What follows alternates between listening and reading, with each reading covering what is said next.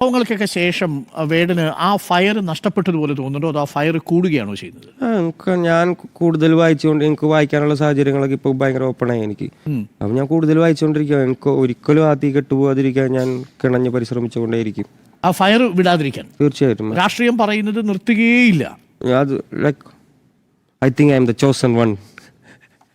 Think I am the chosen one. ഞാനല്ലെങ്കിൽ മറ്റാരും ഇത് പറയും അല്ലേ? ഒരു ആർട്ടിസ്റ്റായിട്ടേ എനിക്ക് ഇത് പറയാൻ എനിക്ക് ഉള്ള ധൈര്യം ബാബാ സാഹിബ് അംബേദ്കറിൽ നിന്നും അയ്യങ്കാളിൽ നിന്നും കിട്ടുന്നതാണ്. ഞാൻ അവരെ വായിച്ചതുകൊണ്ടും. അല്ലാതെ എനിക്ക് ഈ ബുദ്ധിജീവി സമൂഹം ഉണ്ടല്ലോ, ഈ ബുദ്ധിജീവി സമൂഹം ഇപ്പോൾ എന്നെപ്പോലൊരു വ്യക്തിക്ക് ഇപ്പോൾ സമൂഹത്തിൽ രാഷ്ട്രീയക്കാരേക്കാളും സ്വാധീനമുള്ള ഒരു വർഗ്ഗമാണ് ബുദ്ധിജീവി വർഗം എന്ന് പറയുന്നത്. അവർക്ക് സ്ട്രെയിറ്റ് ആയിട്ട് ആൾക്കാരെ ഇൻഫ്ലുവൻസ് ചെയ്യാൻ പറ്റും. എനിക്ക് അങ്ങനത്തെ സുഹൃത്തുക്കൾ വരില്ലെന്നേ. അവനക്കിപ്പോൾ ഞാനിപ്പോൾ ഇവിടെ വന്ന് സംസാരിക്കുന്നില്ലേ, എൻ്റെ DNA ആദ്യത്തെ അനുഭവമാണ് ഇങ്ങനത്തെ ഒരു ലൈവ് പരിപാടിയിൽ വന്നൊന്ന് സംസാരിക്കാൻ. ഞാൻ സംസാരിക്കാൻ പഠിച്ചിട്ടില്ല, എവിടെയും ആൾക്കാരായിട്ട് ഇന്ററാക്ട് ചെയ്യാനൊന്നും പഠിച്ചിട്ടില്ല. ഈ DNA രാഷ്ട്രീയത്തെ വിശ്വസിക്കുന്നുണ്ട് അല്ലേ? തീർച്ചയായിട്ടും. ഇത് ഒരുപാട് കാലം ഇതേ ലൈഫ് സ്റ്റൈല് ജീവിച്ചു വന്നിരുന്ന ആൾക്കാർക്ക് പേരെന്താ അറിയാ? ഞാൻ പാണനല്ല, പറയനല്ല, പുലയനല്ല അല്ലേ, നീ തമ്പുരാനുമല്ല എന്നുള്ളതാണ്. ഒരിക്കൽ കൂടി അത് ഒരുപാട് പേരെ അസ്വസ്ഥപ്പെടുത്തിയതാണ്.